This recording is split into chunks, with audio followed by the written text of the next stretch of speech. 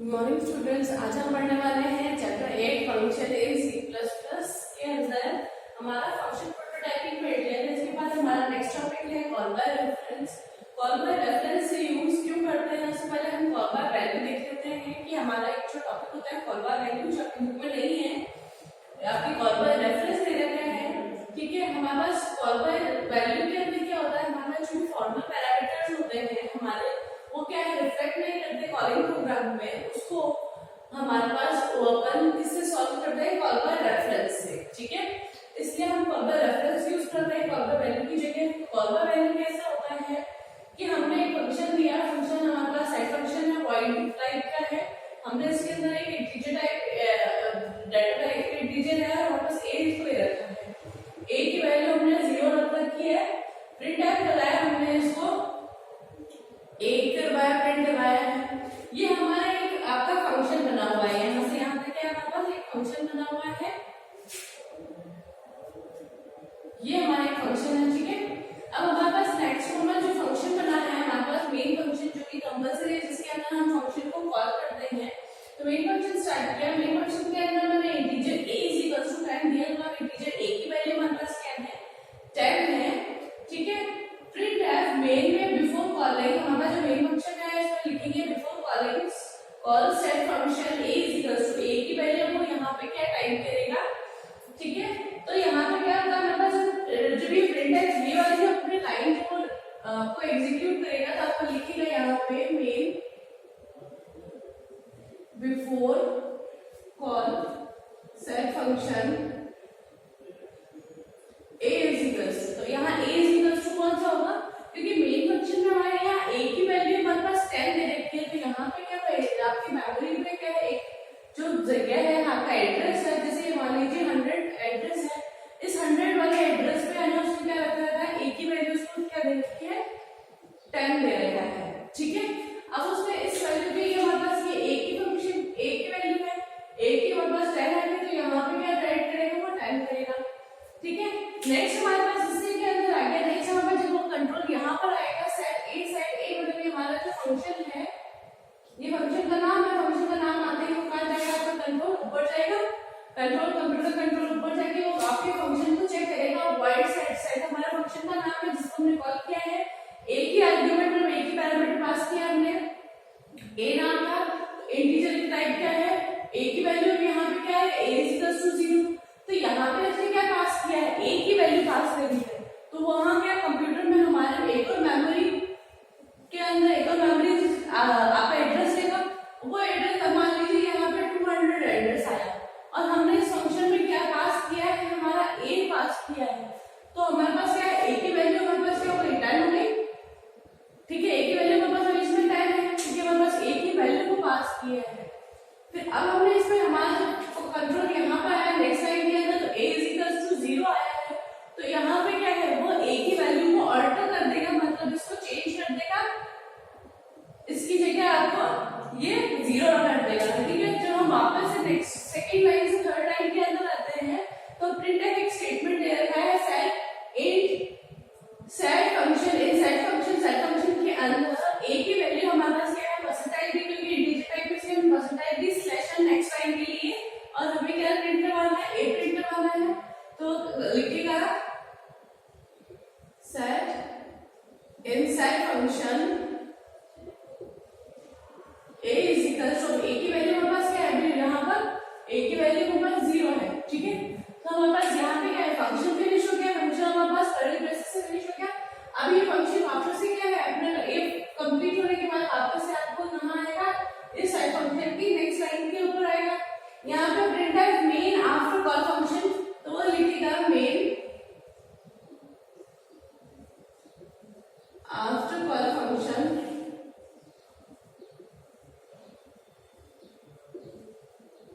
a = हमारे पास a की value को क्या प्रिंट करेगा, क्या वो 0 प्रिंट करेगा या 10 प्रिंट करेगा।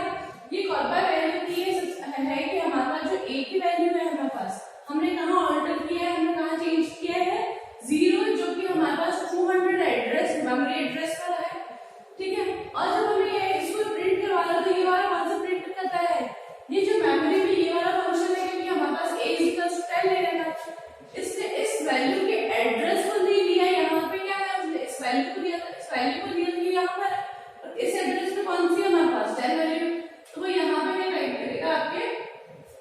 10 ही आपको प्रिंट करके दिखाएगा।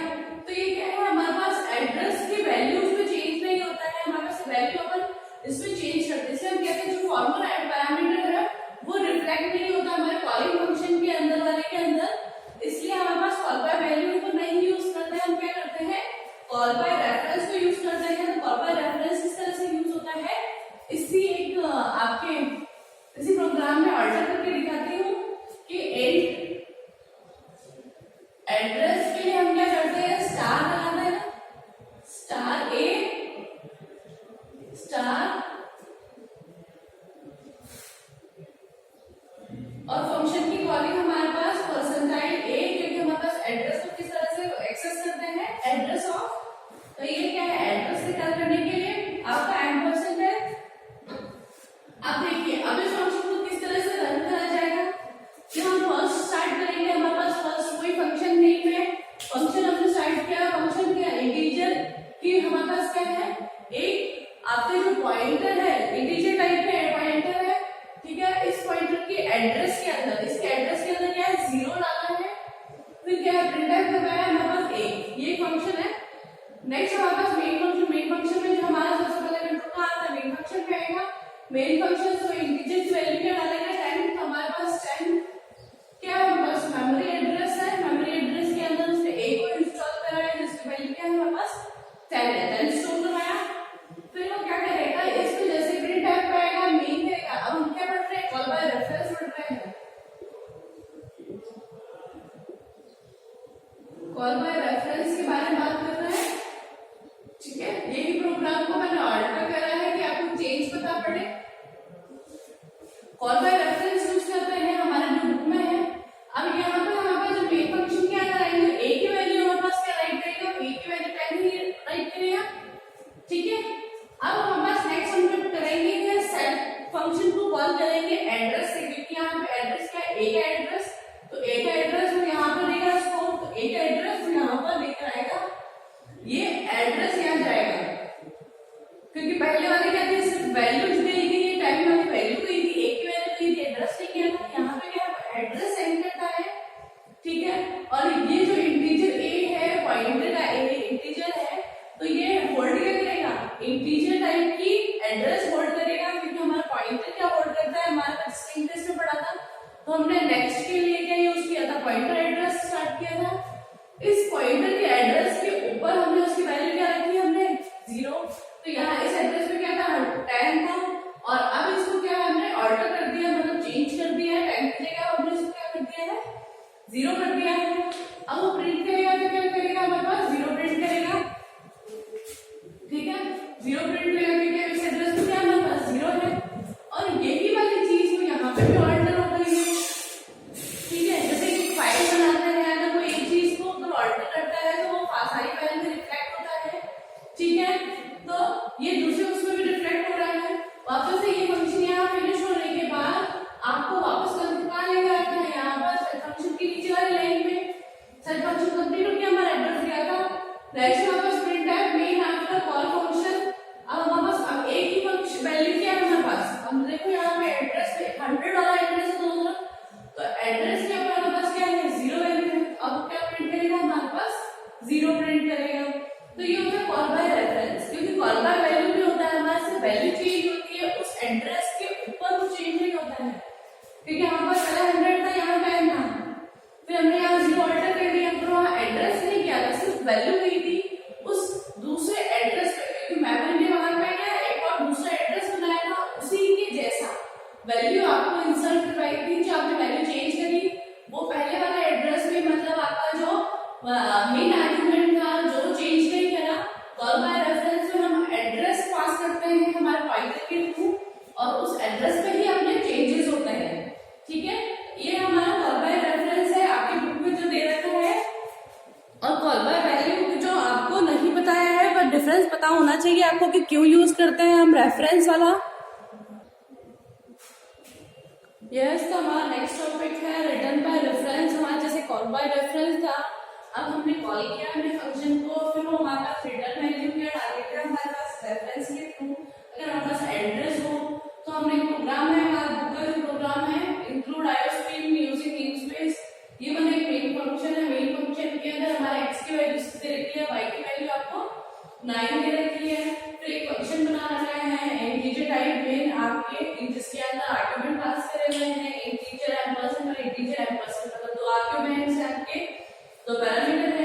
मेन यहाँ पे लिखा है x और y की वैल्यू हमारे पास -1 दे रखी है, फिर आपको प्रिंट करवाना है, आपको x और y दोनों चीजें x और y की वैल्यू क्या होगी और रिटर्न टाइप है हमारे पास 0। ठीक है, अब हमारे पास जैसे ही वो मेन फंक्शन को कॉल करेगा, हमारे पास कॉलिंग फंक्शन आया, हमारे पास जो फंक्शन की ये जो डेफिनेशन है यहाँ पर हमारे पास जो फंक्शन को डिफाइन कराया गया है, तो हमारे पास इंटीजर की एम्परसेंड है और यहाँ पे आपके एड्रेस के थ्रू कॉल करा गया है। फिर हम उसको चेक करते हैं इफ अगर हमारे पास a लेस देन b है, अगर हमारे पास कंडीशन चेक करेंगे a लेस देन b और रिटर्न करेगा, तब तो क्या रिटर्न करेगा हमारे पास a रिटर्न करेगा। ठीक है, या फिर आपके एल्स पार्ट में अगर हम कंडीशन फॉल्स है तो आपको b टाइप करेगा कि हमारे पास x और y की वैल्यू हमारे पास 6 और 1 दे रखी है, तो इसमें क्या है x की वैल्यू हमारे पास आउटपुट में क्या आ रही है -1 आएगी, और अगर y की वैल्यू आएगी तो y की वैल्यू क्या है हमारे पास y की वैल्यू 9 है। ठीक है, तो आउटपुट में आपकी क्या आएगा 9 आएगी। तो हमारे ये जो भी एड्रेस के थ्रू आपको जिस एड्रेस पे वैल्यूज है हमारे पास वो करेंगी, x की वैल्यू हमारे पास ऑल्टर है और y की वैल्यू हमारे पास जो आ रखी है वैसे ही, जैसे हमारे पास कॉल बाय वैल्यू के अंदर कॉल बाय रेफरेंस के अंदर कॉल बाय रेफरेंस के अंदर हमारे पास जैसे एड्रेस के थ्रू करवाया था, वैसे ही आपको रिटर्न भी वो आपको एड्रेस ही रिटर्न करेगा, उस एड्रेस पे जो वैल्यू है वो आपको प्रिंट करके बताएगा। नेक्स्ट हमारे पास जो टॉपिक है वो है फंक्शन ओवरलोडिंग। वो इम्पोर्टेंट आपके है टॉपिक फंक्शन ओवरलोडिंग का। नेक्स्ट हमारे पास फंक्शन ओवरलोडिंग, इम्पोर्टेंट टॉपिक है फंक्शन ओवरलोडिंग। हमारे पास क्या होता है कि प्रोग्राम जब हम बनाते हैं, अगर हमें कोई काम करना है, हम फंक्शन को अलग-अलग फंक्शंस को नाम रखते हैं, तो हम ये कर सकते हैं हमारे एक ही प्रोग्राम के अंदर सेम फंक्शन का नाम दे सकते हैं, पर इसमें एक रिस्ट्रिक्शन ये होती है कि आपके फंक्शन ओवरलोडिंग के अंदर नेम सेम हो सकता है, पर आपके जो पैरामीटर जो आप आर्गुमेंट पास कर रहे हैं वो आपके डिफरेंट होने चाहिए। ठीक है, तो ये प्रोग्राम है आपके फंक्शन के अंदर ओवरलोडिंग की और प्रोग्राम है कैसे स्टार्ट होता है। आपके हेडर फाइल्स हैं, यूजिंग नेमस्पेस स्टैंडर्ड्स हैं, आपके ये फंक्शन को डिफाइन किया गया है। ठीक है, ये फंक्शन को क्या किया आपको डिफाइन करा है कि कौन सा फंक्शन हमने यूज करा है। ठीक है, आपका डेटा टाइप इंटीजर है, सब फंक्शन का ये नाम है सम, हमारे पास जब फंक्शन का नाम यूज कर रहे हो हम सम है।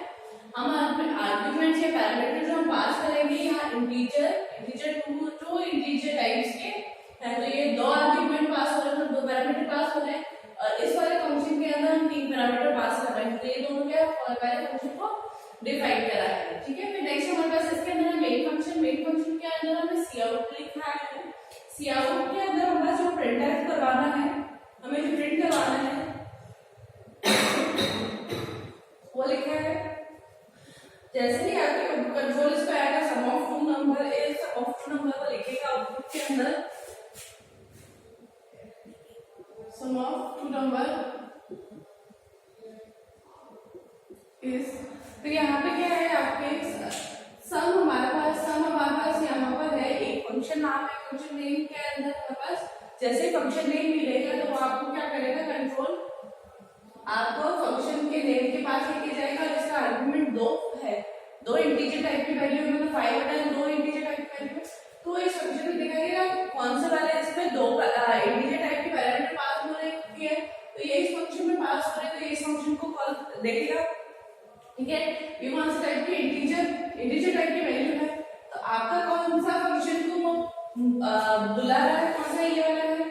इस फंक्शन की डेफिनेशन क्या है, यहाँ पे क्या डिफाइन करा हुआ है, ये डिफाइन करा हुआ है, ये फंक्शन कॉलिंग है, और यहाँ पे हमारे फंक्शन को आपकी पूरी डेफिनेशन है कि वो क्या वर्क कर रहा है, कौन सा टास्क कर रहा है। तो इंटीजर सम इन x और y, हमारे पास x और y नाम के 2 इंटीजर है, तो x की वैल्यू तो क्या आ जाएगी हमारे पास 5 है हमारे पास, और y की यहाँ पे क्या आ जाएगी 10 की वैल्यू आ जाएगी। फिर रिटर्न को क्या कर रहा है x प्लस y क्या है हमारे पास 5 15, और ये जो 15 है उनका वापस जाएगा यहाँ पर आपके इस फंक्शन के अंदर जाएगा, तो यहाँ पे जो वैल्यू आपकी जो टाइप होगी वो कौन सी होगी इज 15। ठीक है, तो इस तरह से हमारा फंक्शन कॉलिंग होगा। फंक्शन को पहले हम डिफाइन करते हैं। ठीक है, फंक्शन को डिफाइन करना, उसकी डेफिनेशन, उसकी कॉलिंग अलग अलग जगह पर है। ठीक है, तो फिर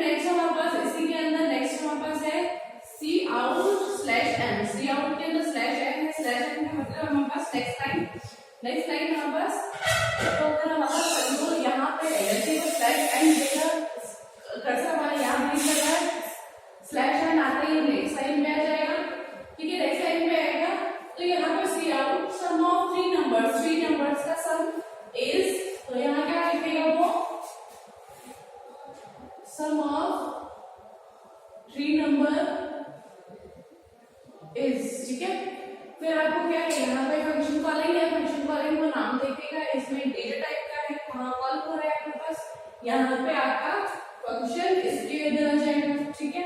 ये वाला फंक्शन आपका कॉल हो रहा है जिसकी डेफिनेशन हमारे पास है इन सब, हमारा सब का आपका नाम आपका इन ए इन बी इन सी, तो क्या है 10 20 30, ए के अंदर क्या आएगा 10 आ जाएगा, इसमें बी की वैल्यू 20 है, सी की वैल्यू हमारे पास क्या 30 आ जाएगी। और ये कौन सा टास्क कर रहा है, क्या कर रहा है, रिटर्न क्या करेगा हमारे पास a plus b plus c, return क्या करेगा 10 प्लस 20 10 प्लस 20 प्लस 30 कितना हो जाएगा 60 हो जाएगा। तो क्या रिटर्न करेगा हमारे पास यहाँ पे 60 वैल्यू को रिटर्न करेगा, ठीक है। 60 को रिटर्न करने के बाद यहाँ पर आया कंट्रोल, नेक्स्ट हमारे पास क्या है रिटर्न, हमारे पास क्या है 0 रिटर्न, 0 क्या है हमारे पास इंटीजर टाइप की वैल्यू रिटर्न कर रहा है। ये हमारा प्रोग्राम फिनिश हो गया है और यहाँ से लेके हमारे यहाँ तक मेन प्रोग्राम आपका क्लोज हो गया है, से क्लोज है, यहाँ ओपन और क्लोज है, ठीक है। ये सब आपके फंक्शन ओवरलोडिंग की डेफिनेशन, फंक्शन ओवरलोडिंग से इतना सा है कि एक ही फंक्शन का नाम विद डिफरेंट आर्गुमेंट्स या डिफरेंट पैरामीटर पास करते हैं, सेम फंक्शन को यूज करते हुए उससे हम एक ही फंक्शन के नाम से अलग अलग उसको टास्क परफॉर्म करवा सकते हैं। इसे हम क्या कहते हैं फंक्शन ओवरलोडिंग। एक हमारे पास होता है फंक्शन ओवरराइडिंग, आपके इसमें नहीं है, ठीक है। फंक्शन ओवरराइडिंग भी होता है आपकी बुक में नहीं है, पर ओवरव्यू के लिए ओवरराइडिंग में क्या होता है हमारे पास फंक्शन का जो सेम नेम होता है, फंक्शन नेम क्या होता है हमारे पास सेम होता है, फंक्शन नेम होता है हमारे पास सेम, और उसके आर्गुमेंट या फिर पैरामीटर जो होते हैं जिसमें पास करता है वो भी क्या होते हैं सेम हो सकते हैं। इसमें क्या होता है डिफरेंट होता है ओवरलोडिंग में अंदर क्योंकि वो कंफ्यूज हो जाता है। पर हमारे पास जैसे ये हमारे पास ओवरराइडिंग होता है, ओवरराइडिंग मतलब एक से फंक्शन और एक से पैरामीटर, मतलब मैं फंक्शन का नाम जैसे सम दिया है सम इंट x इंट y, फिर इसको कुछ x प्लस y करवा सकती हूँ, फिर मैंने लिखा सम इंट x इंट y, फिर इसको कुछ करवा सकती हूँ। तो हम क्या है इन सबको यूज कर सकते हैं, एक ही फंक्शन का नाम भी वही है, ठीक है, नेम भी वही है, पैरामीटर भी आपके ग्रुप है दोनों में, ये फंक्शन ओवरराइडिंग होता है। तो इससे क्या है हमारा कंप्यूटर कंफ्यूज हो जाता है कि आपने जो कॉल किया है वो कौन सा फंक्शन को कॉल किया है। इसको किस तरह से करा जाता है इनहेरिटेंस, आपका एक कॉन्सेप्ट आएगा इनहेरिटेंस। इनहेरिटेंस का एक कॉन्सेप्ट है कि इसके अंदर आपको जैसे पता है कि C++ के अंदर हमारी क्लास होती है, तो एक क्लास के अंदर जो भी आपके मतलब वेरिएबल्स है या फिर आपने कोई फंक्शन काम में लिया है उसको आप दूसरी क्लास में इनहेरिटेंस के थ्रू, इनहेरिटेंस बोलते हैं उसको फंक्शन और वेरिएबल दूसरी क्लास में आप लेकर आ सकते हैं, उन्हें यूज कर सकते हैं, ठीक है। तो ये ओवरराइडिंग होता है, ओवरलोडिंग आपके बुक में है, इसलिए आपके कोर्स के अंदर आपको फंक्शन ओवरलोडिंग बनाया है। नेक्स्ट फंक्शन हमारे पास है इनलाइन फंक्शन। इनलाइन फंक्शन क्यों यूज करते हैं वो देखते हैं। सो हमारा नेक्स्ट है इनलाइन फंक्शन। इनलाइन फंक्शन क्यों यूज करते हैं, इनलाइन फंक्शन यूज करके प्रोग्राम के अंदर जो मेमोरी स्पेस होती है उसको थोड़ा कम करते हैं, रिड्यूस करते हैं। जब हमारा फंक्शन कॉल होता है ना, फंक्शन कॉल मैनी टाइम में गिव एन एडवांटेज, जब हमारा फंक्शन है बहुत ज्यादा फ्रीक्वेंटली हम उसको कॉल करते रहते हैं तो हमारे पास इसका इनलाइन का एक एडवांटेज होता है, ठीक है, क्योंकि हमें तो डिफाइन नहीं कर सकता। जैसे हमारे पास फंक्शन को यूज करने के लिए आपको फंक्शन को पहले डिफाइन करना पड़ता है, फिर उसकी आपको बॉडी लिखनी पड़ती है, आपको टास्क देना होता है मतलब फंक्शन का डिफाइन डेफिनेशन और आपको उसको कॉलिंग करना पड़ता है, ठीक है। एवरी टाइम में फंक्शन कॉल जैसे जैसे हमारे पास फंक्शन जितनी बार हम फंक्शन को कॉल करते हैं उतनी बार वो क्या है टाइम एग्जीक्यूशन में बहुत टाइम लेता है। फर्स्ट कॉलिंग में वो जल्दी करेगा, नेक्स्ट सेकंड कॉलिंग में फिर उसको थोड़ा और टाइम लगेगा। जितनी बार कॉलिंग करेंगे तो इसका एग्जीक्यूशन टाइम क्या है बढ़ जाता है। इस प्रॉब्लम को हमारा जो एग्जीक्यूशन का टाइम लेता है बहुत ज्यादा हो जाता है। इसको हम किस फंक्शन से, हमारा मैक्रो का फंक्शन होता है जिसके अंदर हमने पढ़ा था, जो हमने टाइपकास्टिंग से मैक्रो फंक्शन यूज किया था, उसके हमें क्या है एग्जीक्यूशन का जो टाइम होता है उसको कम करता है। पर हमारे मैक्रो में क्या है हमारे पास एक डिसएडवांटेज होती है कि वो एरर चेक नहीं करता, हमारे प्रोग्राम में कोई एरर होती है तो कोई प्रॉब्लम आ गई है तो एरर चेकिंग नहीं करता है और हम उसको वापस अपने प्रोग्राम आते हैं। इस चीज को हम क्या है इनलाइन फंक्शन से स्टार्ट करते हैं। इनलाइन फंक्शन क्या होता है, उनका कंपाइलर होता है। इनलाइन फंक्शन जो हम यूज करते हैं, जो कंपाइलर है हमारे फंक्शन का, जो फंक्शन कॉल को उसके फंक्शन कोडिंग से रिप्लेस कर देता है। हमारा जब भी फंक्शन कॉल होता है तो वो कहाँ जाता है, फंक्शन कोडिंग के ऊपर जाता है। ठीक है, हमारा इसमें सिंटैक्स हमारे पास इनलाइन फंक्शन के अंदर है। हमारे पास इनलाइन फंक्शन मतलब हमारा जो भी फंक्शन का नाम है वो लिखिए और इसके अंदर जो भी आर्गुमेंट आपको पैरामीटर पास करने हैं वो लिख के आपके फंक्शन की बॉडी है उसको इस तरह से लिखते हैं। एक एग्जांपल सिंटैक्स के बिल्डर होता है इनलाइन फंक्शन का ही आपको लिखा जाता है, क्योंकि इनलाइन हमारे पास जैसे हमने डेटा टाइप यूज करा फिर इसका सम हमारे पास दिया। ठीक है, ये आपका फंक्शन का नाम हो गया। फिर आपने पैरामीटर पास किए, जो पैरामीटर्स ए और बी पास किया है, फिर आपको रिटर्न कर रहा है a प्लस बी। इसको हम किस तरह से इवोक कर सकते हैं, अगर हम ये कहें कि c इज इक्वल्स टू, अगर हमारे पास मेन फंक्शन में अगर लिखे हैं c इज इक्वल्स टू 5 और 10, तो ये क्या है डायरेक्ट यहाँ पर जाएगा, फंक्शन को कॉल करा है, फंक्शन के इधर जाएगा, a प्लस बी की वैल्यू यहाँ लेकर आएगा और वो किसमें स्टोर करवा देगा, c में स्टोर कर देगा, c is equals to 3 store करवा देगा। ठीक है, कि हमारे पास ये क्या होता है, आपके डायरेक्ट वहां कंपाइलर जाता है, कॉलिंग के थ्रू ही वो क्या है कोडिंग के अंदर जाके आपका वैल्यू लेकर आता है। तो ये इनलाइन फंक्शन होता है, इसमें डिफाइन करने की जरूरत नहीं होती है। यहाँ एक ऐसा प्रोग्राम लिखा हुआ है आपके इनलाइन फंक्शन के लिए। ठीक है, फर्स्ट हमारे पास हेडर फाइल है, हेडर फाइल यूज करी आईओस्ट्रीम। नेक्स्ट हमारे पास यूजिंग नेमस्पेस स्टैंडर्ड है। फिर इनलाइन फंक्शन हमने स्टार्ट किया है, एक फ्लोट मल्टी लिखा है जिसके अंदर हमारे पास दो फ्लोट एक्स और वाई पैरामीटर पास कर रहे हैं और उसकी हमारे पास बॉडी लिखी है, हम लोग क्या पास दे रखा है, रिटर्न करना उसको क्या एक्स मल्टीप्लाई वाई। हमारे पास जो भी मल्टीप्लिकेशन आएगा एक्स और वाई का वो हमें मल्टीप्लाई करके आपको पास करना है। ठीक है, नेक्स्ट हमारे पास है इनलाइन फंक्शन लिया है डबल, हमारे पास डबल मतलब हमारे पास डिवीजन का लिया मैंने। ठीक है, रिटर्न टाइप लिया, हमारे पास टाइप हमारे पास डबल है p एंड q। ठीक है, रिटर्न करेगा ये p आपका p को q से डिवाइड करके आपका जो भी डिवीजन के बाद आपका वैल्यू आती है वो आपको रिटर्न करेगा इनलाइन फंक्शन के अंदर।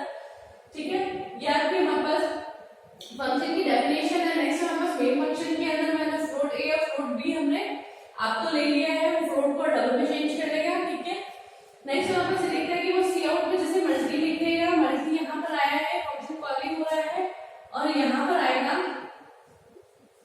ठीक है, मल्टीपल पे आपको ये एग्जीक्यूट होगा x मल्टीप्लाई y, आपकी x और मल्टीप्लाई y को आप जो भी मल्टीप्लिकेशन में आएगा आपका आंसर को आपको राइट करके यहाँ पे इसका आउटपुट आएगा 121.228। तो आपको क्या है, जैसे आपने फंक्शन कॉलिंग करी वो कोड पे गया, कोड से वैल्यू लेकर वापस से यहाँ पर आपको उसको प्रिंट करवा सकते हैं। ठीक है, इसमें हमने कोई डिफाइन नहीं किया है फंक्शन को। ठीक है, आपके फिर सी आउट यहाँ रिटर्न किया, यहाँ पर वापस से इस तरह इस वाले फंक्शन के अंदर आए, आपने किसको कॉल किया है, डिवीजन वाले फंक्शन को कॉल किया है। डिवीजन वाले फंक्शन को कॉल करके p को डिवाइड किया हमारे q से, तो 1.25713 समथिंग कुछ आएगा। ठीक है, ये डिवाइड करने पर आ जाता है। नेक्स्ट हमने रिटर्न किया है, रिटर्न हमारा 0 है, रिटर्न टाइप में लिखा है। ठीक है, तो ये प्रोग्राम हो गया हमारे पास इनलाइन फंक्शन का। तो इनलाइन फंक्शन में हमारे पास इसको C में C++ में यूज करते हैं हम। इसी के साथ हमारा ये चैप्टर फिनिश हो गया है। आप अपने प्रोग्राम्स लिख के आपने रन करके देखिए आपके प्रोग्राम क्या आउटपुट सही आता है क्या। ठीक है, थैंक यू।